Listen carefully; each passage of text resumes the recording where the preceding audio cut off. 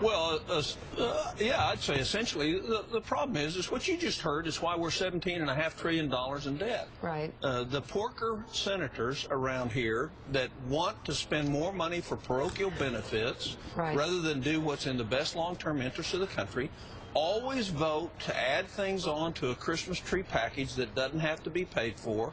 And so, you know, basically it's free money, so I want more. Yeah. And the fact is our country is in trouble.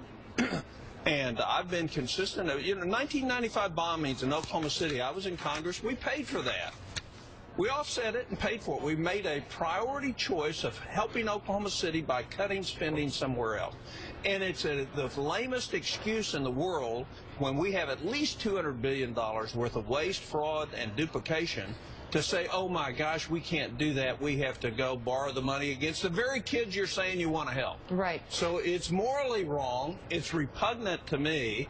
And it's the lamest excuse career politicians can use, and that's why our country's in trouble, that kind of thinking. Well, you understand, though, in a situation like this, we're looking at pictures right now of the tornado damage and the recovery effort. It's all the political game, yeah, Mika. It's a political game. There's nothing. There's $11.6 billion sitting in a bank account waiting to help people in Oklahoma.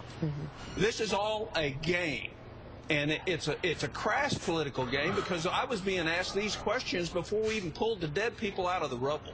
Well, so it's just typical Washington BS, quite frankly. I understand, and in situations like this, when you stand by your position, you'll be accused of being uncaring. So let me ask you how we rectify this situation. I mean, Steve Ratner on the show yesterday brought up an idea that was suggested in the Simpson Bowles list of ideas to set up a fund in 5-year cycles. Why can't we get something like that done?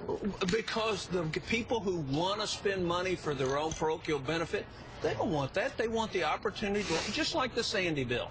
Look, I was for the first $20 billion on the Sandy bill. The last $40 billion isn't going to be spent for 5 years.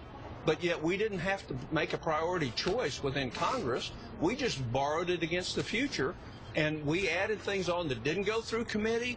They weren't parsed, and so what you had was an earmarking parochial benefit to inside people who are well-connected, and that's what happened. And so it's not about not helping people who have a need. It's about helping the people who have a need and not hurting the rest of us.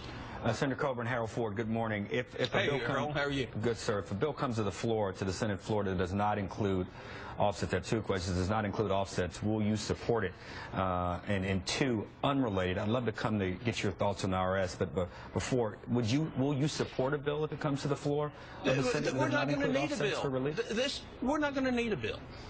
Most of the property damage was insured. This will be a $200, $250, maybe $300 million cost for the federal government out of the FEMA fund. Joplin was $190 million, and they had more damage than we did.